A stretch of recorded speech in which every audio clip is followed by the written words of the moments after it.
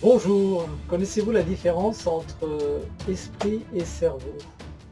Est-ce que vous êtes comme la plupart qui confondent les deux? Alors le cerveau est la partie physique, la partie qu'on peut toucher. L'esprit, quant à lui, est subjectif. Einstein avait un cerveau de 1230 grammes, alors que la moyenne pour l'homme est de 1300 à 1500 grammes. Il avait un cerveau en deçà de la moyenne. Et pourtant, il a apporté à l'humanité ce que l'on sait.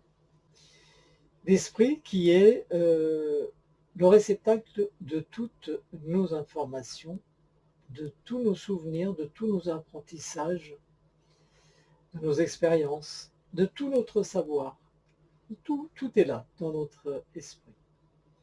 Et le cerveau, quant à lui, en dehors d'autres fonctions vitales qu'il a, serait là pour traiter les informations venant de l'esprit. D'ailleurs, en programmation neurolinguistique, on a fait une analogie entre l'ordinateur et le cerveau humain, où le hardware serait le cerveau et les logiciels, le software serait l'esprit. Alors, est-ce que je suis mon cerveau? Est-ce que je suis mon esprit? Ou est-ce que mon cerveau m'appartient et mon esprit m'appartient? Qu'est-ce qui me fait dire que mon cerveau m'appartient, mon esprit m'appartient? C'est ma conscience. J'ai conscience que j'ai un cerveau, j'ai conscience que j'ai un esprit. Quand j'ai une musique qui tourne en boucle dans ma tête, j'ai conscience qu'il se passe quelque chose. Quand je suis affecté par une émotion, j'ai conscience qu'il y a cette émotion.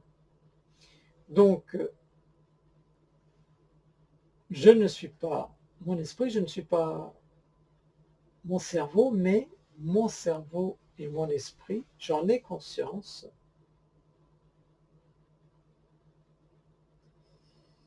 Certains s'autorisent à dire que lorsque le corps disparaît, l'esprit disparaît, mais que la conscience perdure, qu'il irait vers une conscience collective, conscience plus grande, plus élevée. Je ne sais pas.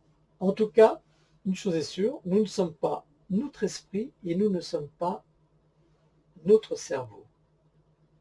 Mais notre cerveau et notre esprit nous appartiennent à notre conscience.